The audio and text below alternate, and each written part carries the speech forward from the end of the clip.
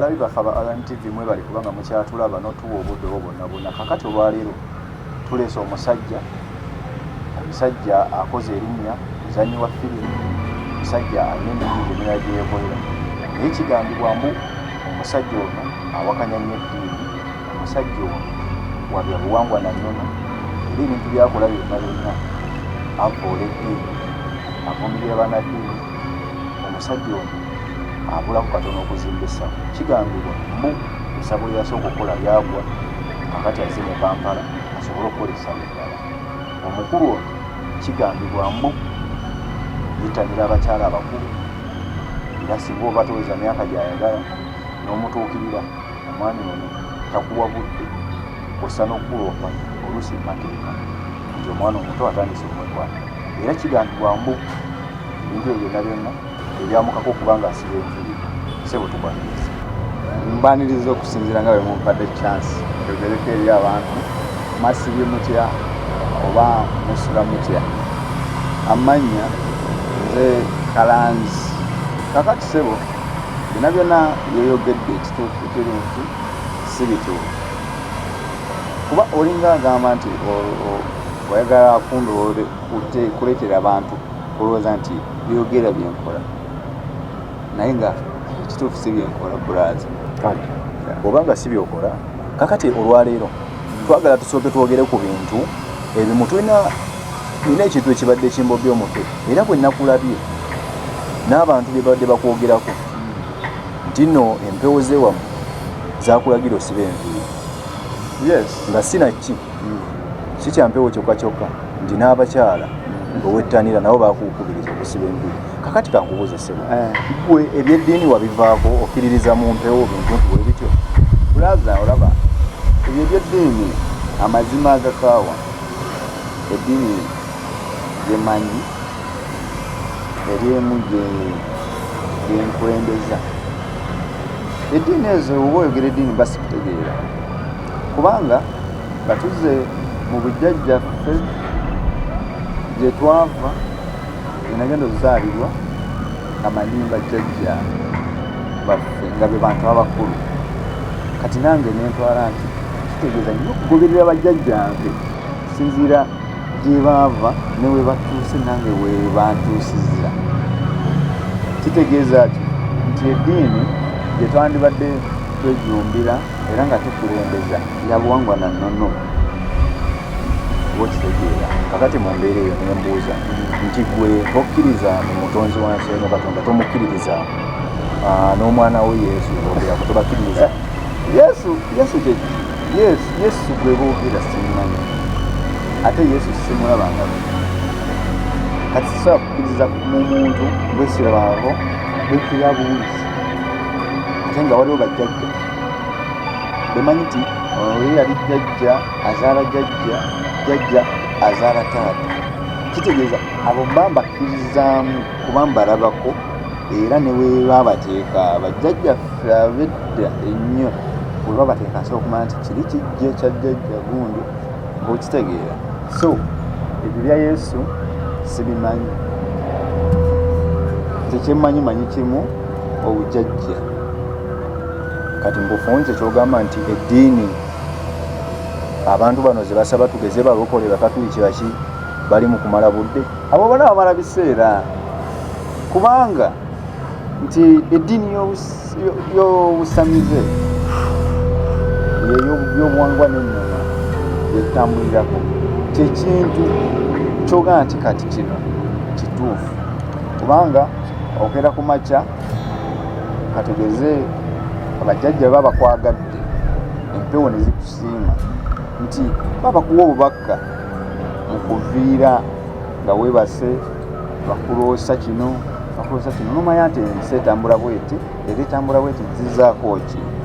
So Yesu oba ebyo eddiini byalokola biki tebalina budde bwe bagenda okuwa obubaka otegeere nti kino kyaliwo ekiti kino genda bwe kiti no.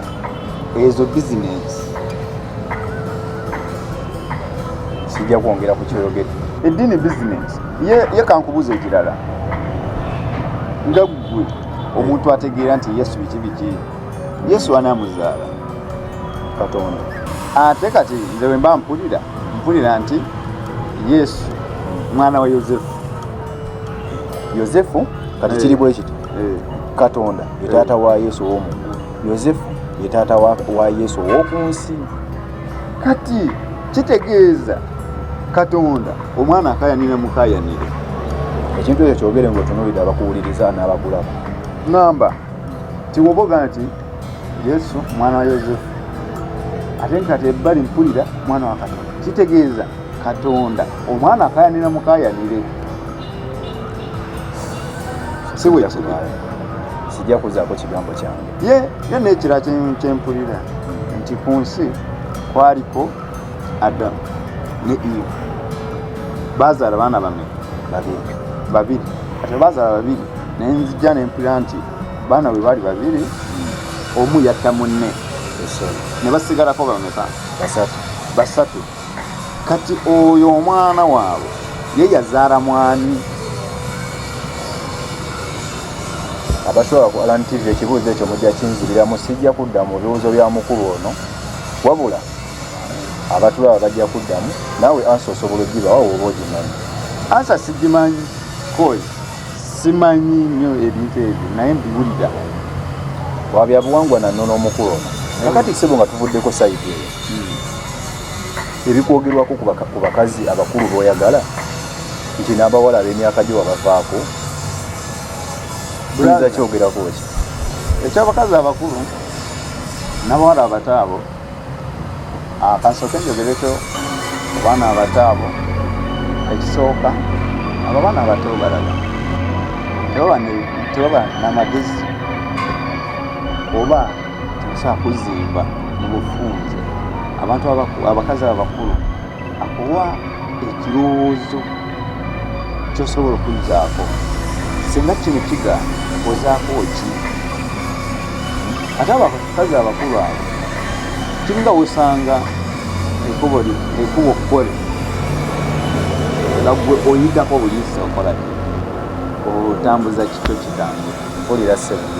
naye bano abaana bato kiringa wokera ku makya n'otandika okwagala okukola ekkubo naye nga obusobozi obukola ekkubo ebyetaagisa biba bingi, oluusi nga tobiina, naye ayise mukube ekkole aba asibya era amenyeka kitono. Abalabi ndowooza muwulidde omusajja Yakobo omenyeka ekinene, ayaba amenyeka kitono asange ekkubo nga kkole. Naye gwe tolowoozaako nti no omuntu eyakola ekkubo eryo lyoyagala okuyitamu ekkole naye alina gye yalijja, gwe toyagala kujjayo liryo walituusaawo, oba tosuubirayo buzibu bonna muntu bukutuusaako mu kkubo lyekkole. Wuliriza, wemba nsanze ekkubo ekkole kitegeeza ki nzikirizibwa okutambuliramu kuba kkole. Ate nze sikyasobola kutandika amakubo ago gakola oba obusobozi mba na butono oba ekitegeeza. Ate nga nze manyi kimu nkeera ku makya kutambula ate nga nnyo tuusa olugendo. So bana wange ebyokumenyeka nasalawo mbikoowe mbiwumule. Si byange, bibadde bigambo bya mukulu ono. Tujja kuba tumweyongeza omulundi oguddako. Mwebale kubanga mulaba Alan TV. Omukulu ebimwogeddwako talina kyewakanye n'ekimu, wabyabuwangwa na nnono, abakyala abakulu tabeegaanye, naye ate mu kusooka bamulidde ng'agezaako okwegaanya. Ssebo si bula abadde bakulaba. Abalabi bagamba ati ngambasiibula omuntu yenna olina woyitira otuuke ku kyoyagala, tolwawo okwetooloola. Mwebale nnyo kubanga tuwa amatu sigadde tebabuwangwa na nnono ebyeddiini ba Yesu balokole sibimanyi era sina nsonga lwaki mbimanyi. Mweraba.